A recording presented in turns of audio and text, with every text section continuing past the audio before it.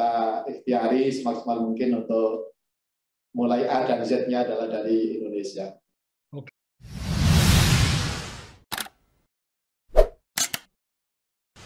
Semangat pagi, Sobat Sukses! Pada hari yang luar biasa, senang sekali dapat podcast bersama dengan Rektor Universitas Airlangga, Bapak Profesor Dr. Muhammad Nasy.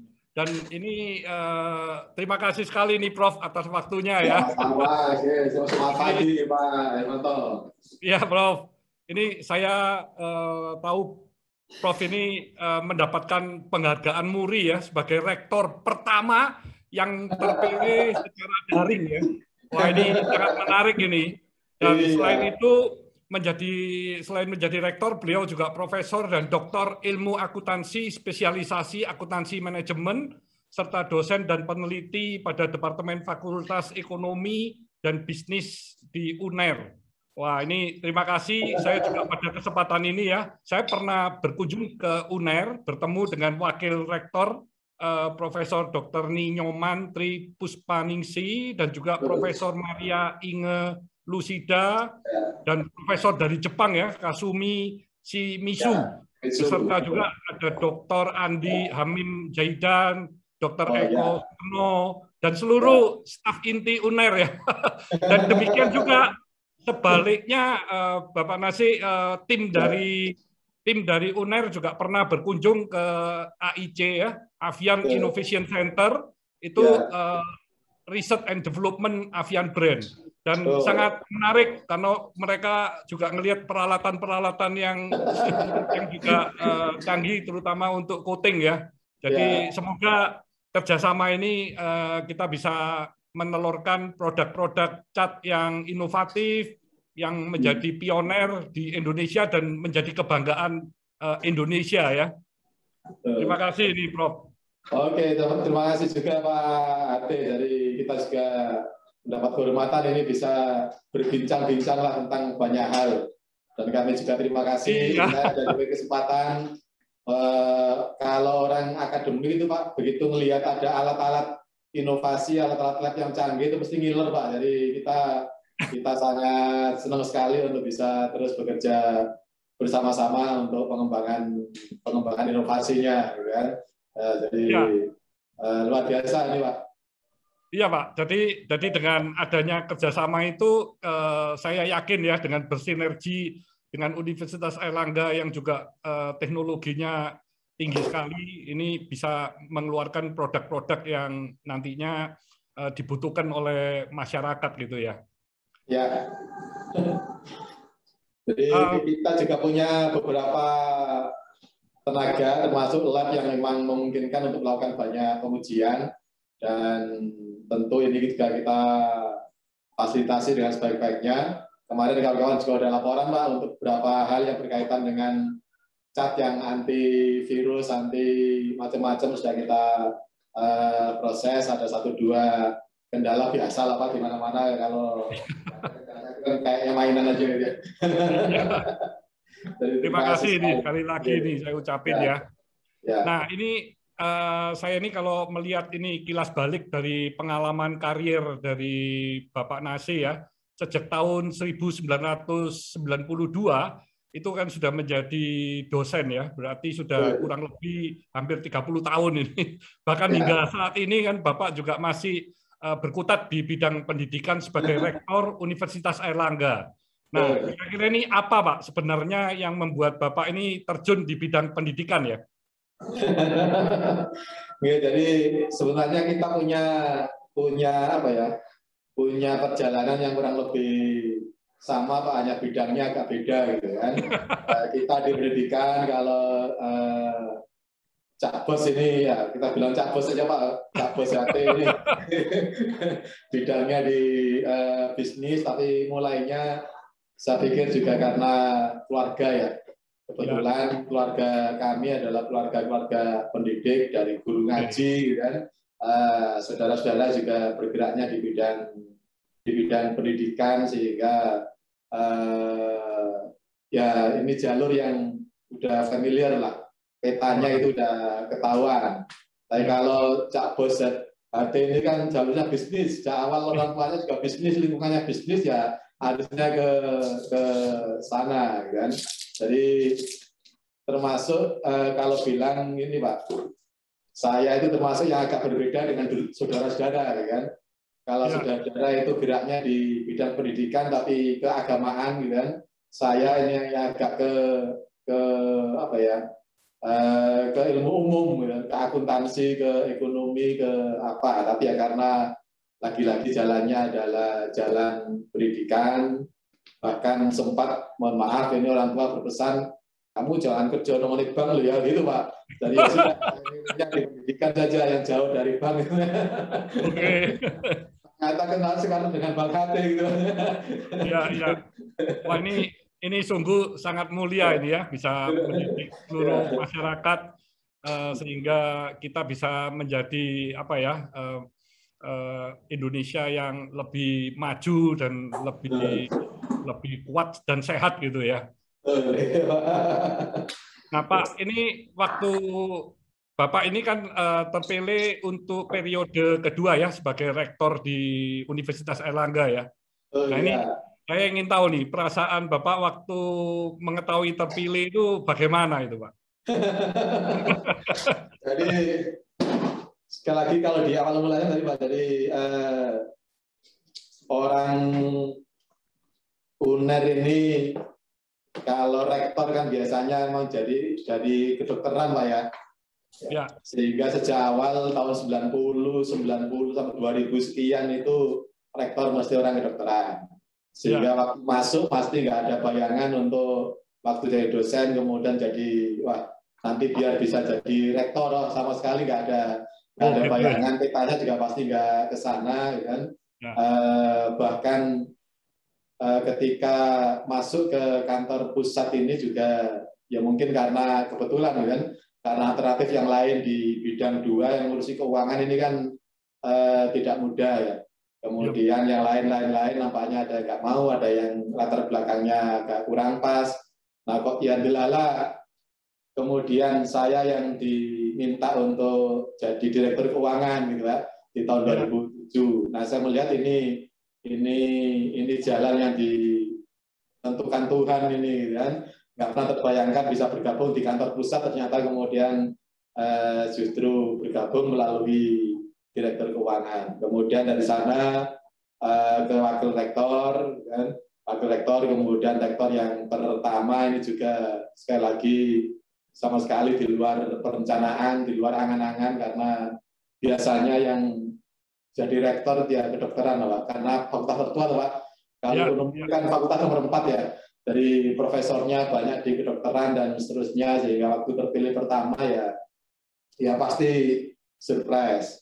Tetapi kemudian dalam proses perjalanannya kita akan punya beberapa angan-angan untuk bisa membawa UNER ini ke ranking atau posisi yang lebih baik ya. Kalau di dunia bisnis itu kan ada banyak kriteria yang masuk ke 500 Forbes, masuk ke mana gitu. Nah, kita juga pengennya masuk ke 500 QS ya. Wow. Nah, masuk ke 500 QS. Nah, ternyata di periode pertama tugas itu belum tuntas, gitu, masih mendekati. Nampaknya kemudian kawan-kawan ini mesti ada sedikit perpanjangan ini biar nyampe ke 500 QS ranking UNER, dan teman-teman kemudian ya sudah, kenapa tidak, daripada nanti mundur lagi gitu kan, tidak mudah untuk membawa terus meningkat ya alhamdulillah. Tapi kita melihat nampaknya agak berbeda dengan posisi-posisi dunia yang lain Pak ya, terutama di dunia politik, di dunia jabatan birokrasi. Kalau di perguruan tinggi ini kan banyak tugasnya Pak ya. Jadi artinya ya rektor ini tugas, rektor ini bukan jabatan dalam tanda kutip yang benar-benar kemudian tinggal menikmati tapi rektor ini adalah tugas yang harus nyopiri dan melayani semua kawan-kawan agar bisa bergerak bersama. Nah, intinya kita menggerakkan semua potensi kita yang 2.000 dosen dan 2.000 pendidik untuk mempunyai vektor yang sama Pak. karena menurut saya vektor ini penting dan kawan-kawan percaya kami itu karena tadi kita bisa gotong royong bersama-sama. Kita berharap ya sekat-sekat itu nggak ada, Pak. Nah dengan begini kan enak, semuanya mensupport, semuanya bareng-bareng, ayo gitu kan. Kalau ada rezeki ya kita nikmati bareng-bareng, kalau nggak ada kita nyari bareng-bareng gitu, Pak. Jadi kita jadi lebih enjoy saja, gitu kan. Nah kebetulan Pak, pada periode kedua itu kan pandemi ya. Iya. Pandemi di awal-awal kita pemilihannya udah dimulai bulan-bulan Maret itu, di mana pandemi awal-awal masuk ke Indonesia, kita juga pusing juga ini terus kalau pandemi gini pemilihannya gimana gitu Pak ya.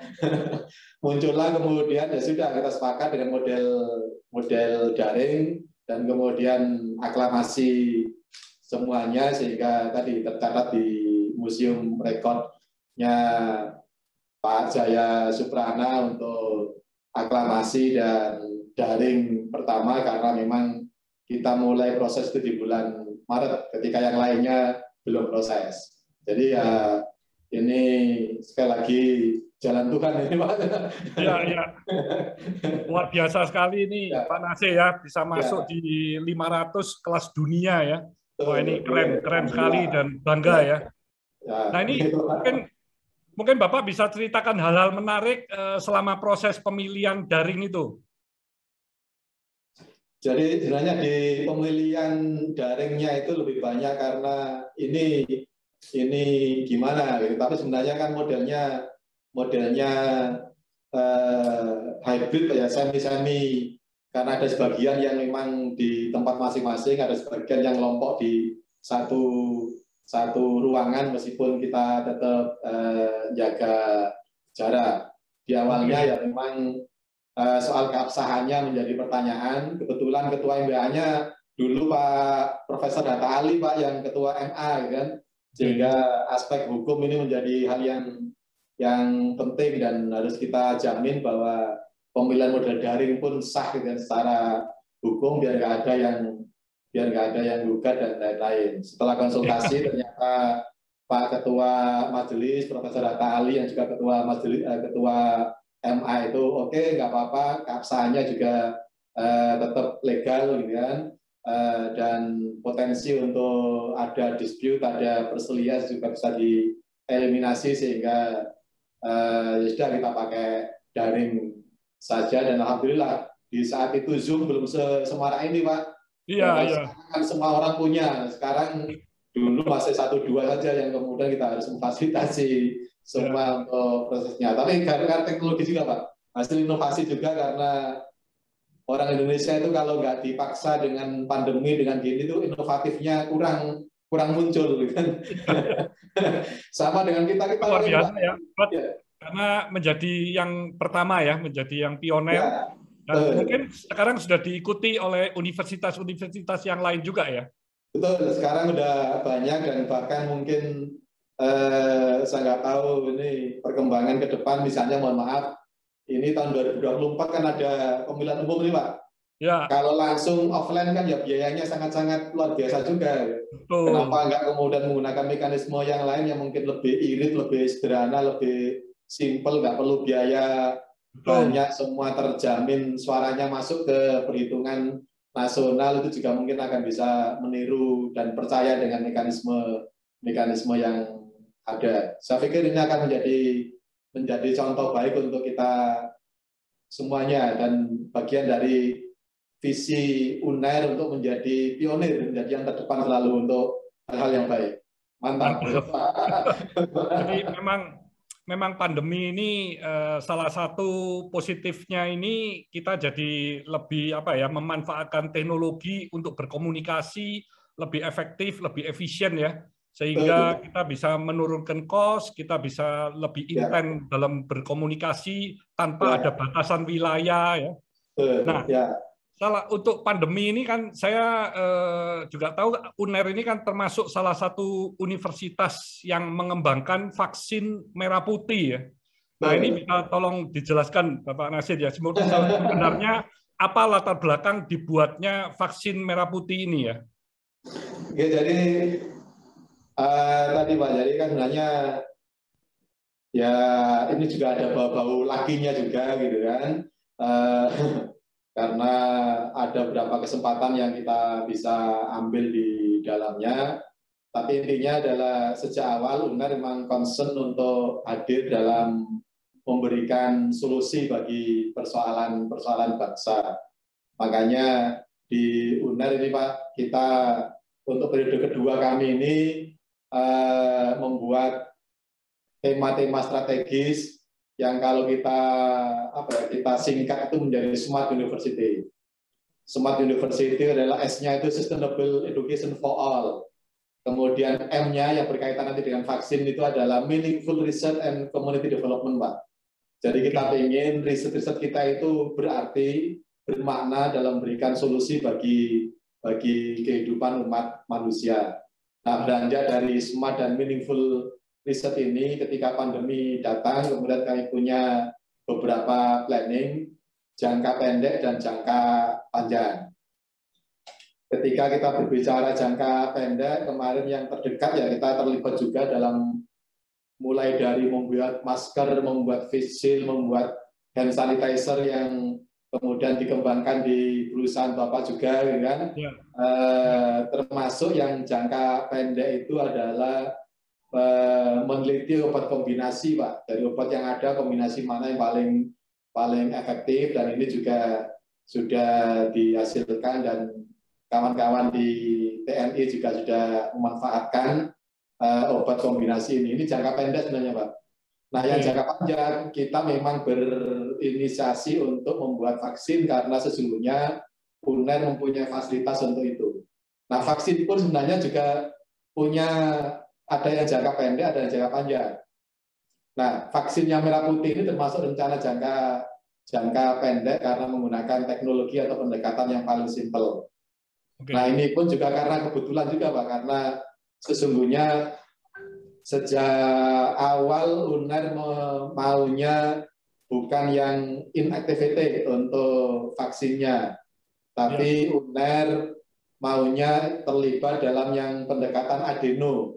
Jadi yang pendekatan adeno yang lebih advance gitu kan, yang kalau kita ya seperti AstraZeneca-nya gitu. Wow. Tetapi kemudian ketika di konsorsium ada potensi dan ada pertanyaan dari Pak Menristek BRIN pada saat itu, ini kok semuanya pakai DNA, pakai rMNA, pakai adeno, nggak ada yang pakai inactivity. Gitu kan. UNER orang Surabaya langsung bondo nekat. Ya udah kalau gitu, kalau nggak ada, benar yang ambil Pak untuk pendekatan inactivity. Dan jadilah kemudian UNER karena keberaniannya untuk mengambil kesempatan tadi, ya udah kalau kawan-kawan di UGM, UI nggak mau ambil yang inactivity, UNER yang ambil inactivity, sehingga sekarang UNER jalan dua, Pak. Okay. Adenovirus tetap jalan, yang vaksin dengan menggunakan pendekatan adeno, dan yang vaksin yang menggunakan inactivity juga tetap jalan, dan alhamdulillah ini saya katakan sebagai keberuntungan, ya rezeki anak soleh lah Pak, kan? UNER bisa terlibat dalam posisi yang ini, dan kemajuannya alhamdulillah berjalan dengan sangat lancar. Okay. Nah, kebetulan juga di awal-awal kan untuk bisa menernakkan virus ini kan tidak mudah. Dan UNER termasuk yang mendapatkan virus yang ketika diternakkan atau ketika dilihat itu menjadi sangat-sangat utuh dan sangat-sangat bagus untuk bisa terus didorong dan dikembangkan menjadi vaksin. Jadi lagi-lagi banyak unsur pertolongan dari Yang Maha Kuasa ini Pak untuk bisa di dalamnya. Oke. Ini kalau saya mendengar begitu banyak kebetulan ya, ini menandakan Bapak Nasi ini sangat rendah hati ya. Ya memang lah, ini semua kita butuh pertolongan dari Tuhan ya, tapi dengan adanya kerja smart dan kerja keras dari Bapak Nasi dan seluruh tim di Universitas Airlangga, makanya begitu banyaknya kebetulan-kebetulan yang positif ya. Ya, invisible-nya banyak Pak. Ya. Kalau orang ekonomi katanya dulu si Adam Smith bilang di dunia ini ada namanya invisible hand yang kita mau nggak mau harus percaya, tentu tetap dengan ikhtiar yang maksimal lah. Betul, betul. Bapak, kalau ditinjau dari segi penamaan vaksin ya, ini apakah merah putih ini dipilih karena menjadi karya anak bangsa Indonesia atau alasan apa ini? Karena ini bertepatan pada podcast kali ini saya merah, Bapak putih ini, Pak. Jadi ya. Tadi wah, Cak bosnya ini udah pakai merah, berarti saya pakai merah yang putih lah. Iya, mantap. Putih. Ya, jadi merah putih sebenarnya gini Pak. Jadi vaksin merah putih nanti akan ada banyak. Ya, kebetulan yang lagi-lagi kebetulan gitu, yang jauh lebih maju dan sudah dalam tahap praklinik tahap 2 itu baru UNER. Sehingga sesungguhnya merah putih nanti ada merah putih UNER, ada merah putihnya kawan-kawan UGM, gitu kan? Ada merah putihnya kawan-kawan UI bahkan UNPAD. Tapi di kawan-kawan yang lain kan masih di tahap sangat-sangat awal, kan? Sehingga sebenarnya merah putih nanti ada merah putih vaksin UNER, sehingga saya sering menyebutkannya adalah vaksin merah putih Universitas Erlangga. Jadi ada VMPUA gitu, atau VMP UNER itu Pak. Nah, ini yang membedakan dengan pendekatan inactivated. Jadi insya Allah nanti Indonesia akan punya banyak vaksin merah putih. Vaksin merah putih mudah-mudahan nanti UNER punya 2 vaksin merah putih. Yang pertama adalah vaksin merah putih yang inactivated yang kita sudah cukup maju ini, dan kita berharap awal-awal tahun depan atau pertengahan semester pertama tahun depan sudah bisa produksi, dan kemudian disusul dengan vaksin merah putih UNER juga yang pendekatan adeno. Nah, ini yang kita juga ingin persembahkan untuk bangsa dan negara yang sedang punya persoalan yang menurut saya sangat-sangat luar biasa ini. Itu Pak singkat sejarahnya, karena nggak ada yang ngambil aja inactivated, ya sudah tadi UNER dan merah putih akan terus untuk Indonesia kita. Oke, berarti 2 macam vaksin dari merah putih yang dihasilkan oleh UNER itu, yang satu mirip-mirip dengan Sinovac, Sinopharm, yang satunya lagi mirip-mirip dengan AstraZeneca ya. AstraZeneca ya, betul. Oke. Ya. Nah, itu kalau dari segi bahan baku yang digunakan, itu apa sudah tersedia di Indonesia ya? Kalau bahan baku virusnya pasti mulai A sampai Z-nya di Indonesia. Wah, beberapa bahan baku campurannya pasti tetap impor Pak kita untuk beberapa bahan tambahannya.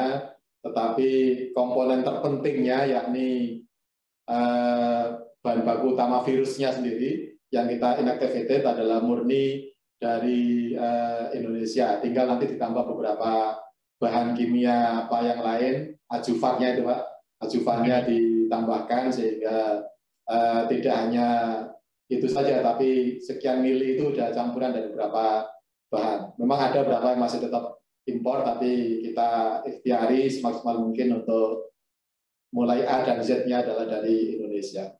Oke.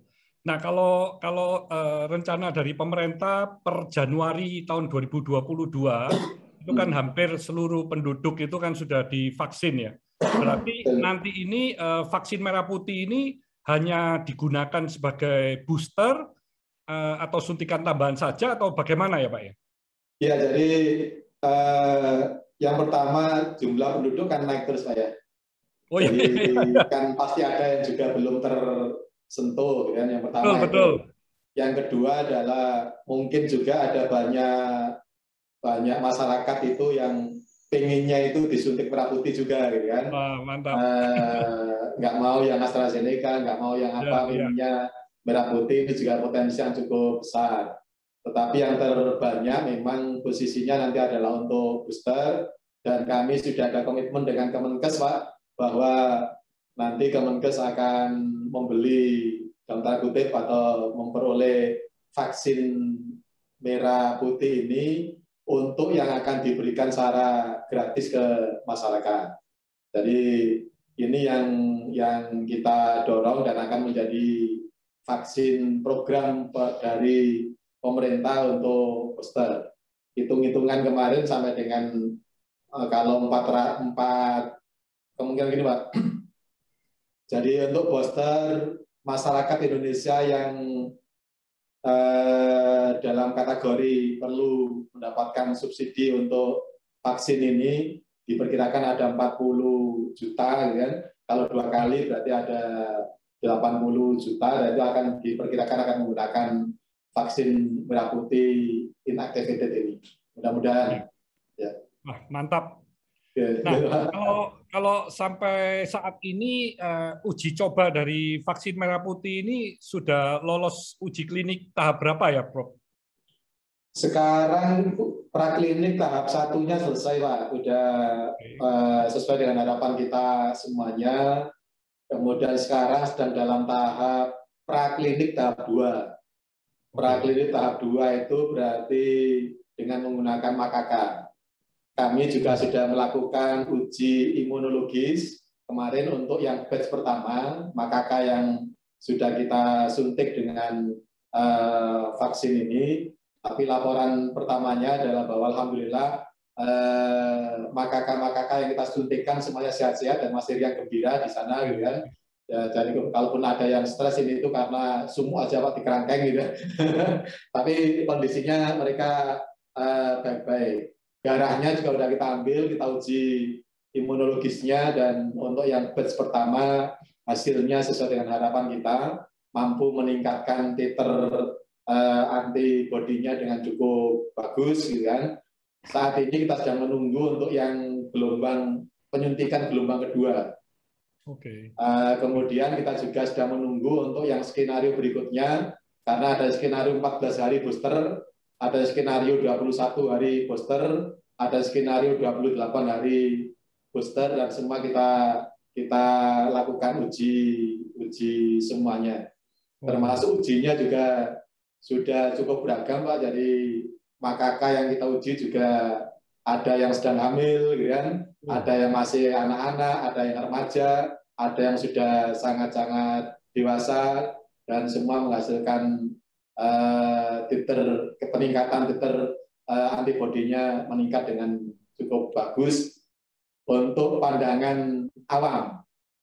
Tetapi lagi-lagi kami nanti akan melaporkan pada BPOM, Pak, karena yang menilai akhirnya nanti tetap BPOM, tapi bahasa awamnya alhamdulillah sesuai dengan harapan. Dan minggu ini kita sudah mulai uji tantang, Pak. Jadi vaksin kita itu kita tantangkan dengan virus, termasuk dengan virus Delta nanti. Wow. Hasilnya ya, jadi ya mohon maaf ini pri ke makakanya agak ya, karena untuk tujuan penelitian kita harus tadi menginfeksi makaka dengan virus, gitu kan, untuk kemudian kita kasih antibodinya dengan vaksin yang ada, hasilnya seperti apa. Mudah-mudahan dalam waktu itu pun juga nanti menunggu waktu 14 hari, sekian hari, dan seterusnya untuk melihat hasil dan reaksi di tubuhnya. Mudah-mudahan ini akan berjalan dengan bagus, dan September maksimal nanti di Oktober awal kita udah mulai uji klinik ke manusia, Pak. Mudah-mudahan. Ini mohon doa restunya untuk semuanya. Amin. Mungkin Bapak ini bisa jelaskan terkait alasan memilih hewan makaka ini ya, dan berapa jumlah makaka yang diujikan ya? Ya. Jadi sebenarnya di tahap pertama itu kita menggunakan mice, ya, kita menggunakan tikus yang transgens, kan, dibersihkan benar Pak dari segala macam penyakit macam-macam itu yang di praklinik tahap 1. Karena memang tahapannya memang harus begitu, dan hasilnya tadi udah memperlihatkan hasil sesuai dengan harapan kita. Nah, di berikutnya tentu tahap 2 kita harus mencari hewan yang kurang lebih, gitu kan, mempunyai fisiologi dan karakter yang menyerupai manusia, gitu kan. Ini kan saudara kita yang paling dekat ini kan ya makaka lah ya. Ini kan yang paling mendekati ya, baik bentuknya maupun perilakunya dan lain-lainnya itu seperti itu sehingga pilihannya memang makaka. Sementara pada sisi lain kemudian standar untuk bisa melakukan uji tahap 2 itu ya harus menggunakan hewan yang kompleks yang karakternya itu mirip-mirip dengan nanti ketika disuntikan ke manusia. Nah itu pilihannya Pak, sehingga nanti ketika harus ke manusia itu udah mendekati lah Pak, udah nggak jauh-jauh amat, sehingga sesungguhnya kalau makaka udah aman, semuanya aman ya kemungkinan di manusia aman itu menjadi 99% untuk begitu. Nah ini pertimbangan utamanya. Kita di batch 1 kemarin ada 3, kemudian 8 yang sudah masuk dalam kategori 28 hari penyuntikan. Kemudian yang sedang dalam proses ini kita ada 20 Pak. Sudah kita suntik semua tapi nunggu tadi booster kedua, dan setelah booster kedua juga menunggu 14 hari berikutnya baru akan kita ambil darahnya, kita periksa kesehatannya, tetapi dalam proses juga kita ukur terus suhu badannya. Mereka juga kita monitor dengan CCTV sehingga kita akan tahu mana-mana yang ada perubahan perilaku, yang mungkin tadinya diam menjadi agresif, yang tadinya agresif menjadi apa, itu nanti akan ketahuan semuanya, karena di manusia juga kadang-kadang begitu. Ya. Karena efek obat ini kan ya. Jadi sekarang ada 20 sama 8, 28. Total nanti akan ada sampai dengan 40 makaka termasuk dengan uji tantangnya. Jadi cukup banyak sebenarnya. Tapi mohon maaf ini agak berlebih karena sesungguhnya dengan 8 sudah cukup. BPOM mensyaratkannya 8, tapi kita ingin semua variasi ada, meskipun tadi mohon maaf pada keluarga makaka itu saja kami ya, karena harus menjadi bukan kelinci ya, menjadi makaka percobaan untuk kemaslahatan umat manusia. Saya pikir ini pengorbanan dari kawan-kawan makaka yang sangat luar biasa untuk kebaikan manusia Pak, itu ya. Iya Pak. Dan so far semua makaka yang divaksin ataupun di booster itu tidak ada gejala-gejala yang sangat berat ya, Prof ya? Kalau secara fisik tidak ada, jadi tadi aman semuanya, sehingga minimal dari sisi keamanan, dari sisi toksisitas kalau di dunia kita ini itu aman Pak semuanya untuk di sisi keamanannya. Ya, untuk di sisi khasiatnya dan apanya tadi menunggu pemeriksaan darah dan lain-lain. Termasuk tentu aja ya ini lagi-lagi kita masih sedang menunggu beberapa hari ke depan untuk melakukan terminasi dari makaka yang sudah kita beri vaksin itu, untuk kita lihat hatinya seperti apa, ginjalnya nanti seperti apa, otaknya seperti apa, paru-parunya seperti apa, nanti masih menunggu waktu untuk sampai ke sana.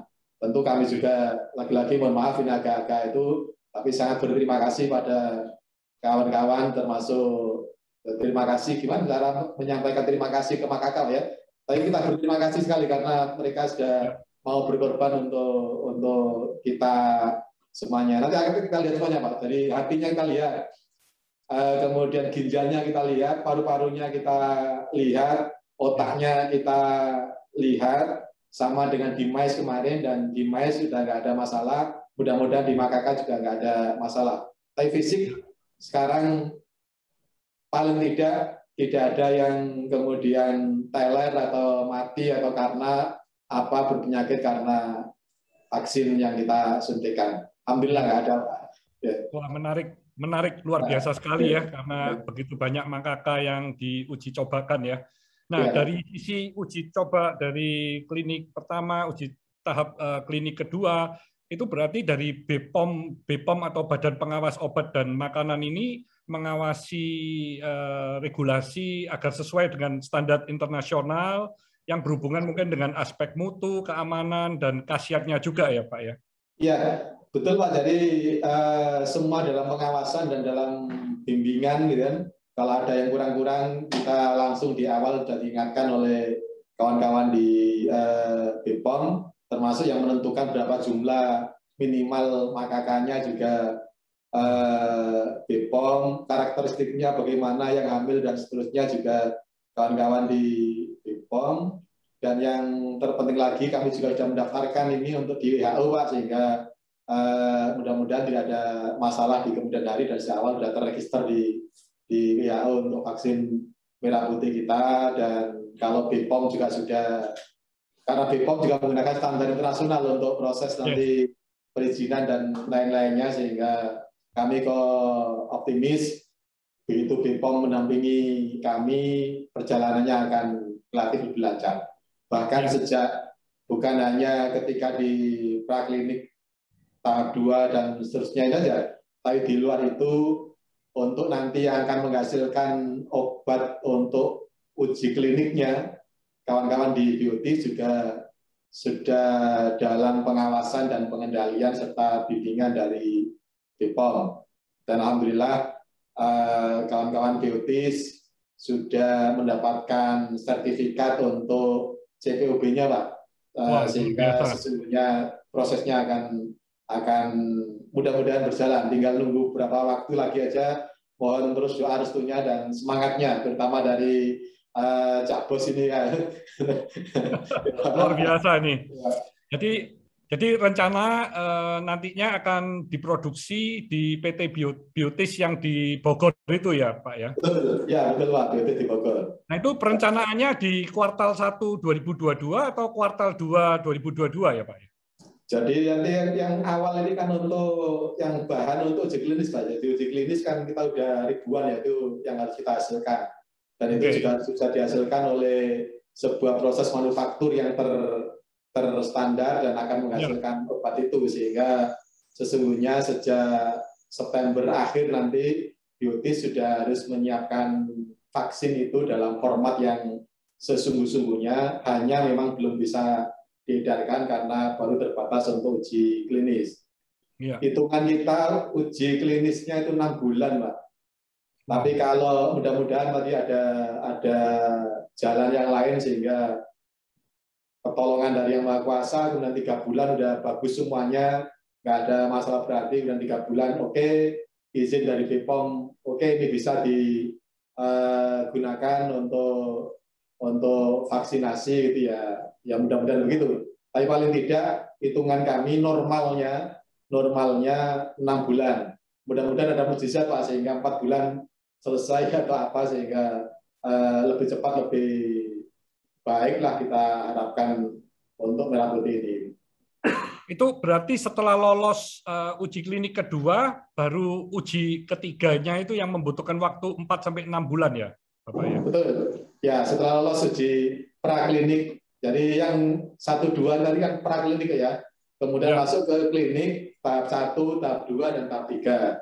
Nah, kalau uji kliniknya nanti bisa dilakukan secara paralel, tahap 1 sekaligus tahap 2 dan seterusnya, tentu ini juga akan menghemat waktu yang cukup luar biasa, sehingga asalnya 8 bulan, tapi setelah dihitung-hitung lagi bisa 6 bulan. Mudah-mudahan ada mukjizat apalagi yang kemudian oke, ini 4 bulan cukup misalnya dari BPOM. Sekali lagi semua tergantung dan ditentukan oleh badan yang memang berwenang untuk itu, yakni di BPOM. Kami sepenuhnya mengikuti semua aturan, semua mekanisme, dan semua prosedur di BPOM dengan sangat hati-hati dan tentu dengan penuh tanggung jawab. Nah, mudah-mudahan September ini contoh untuk uji klinisnya sudah bisa dihasilkan.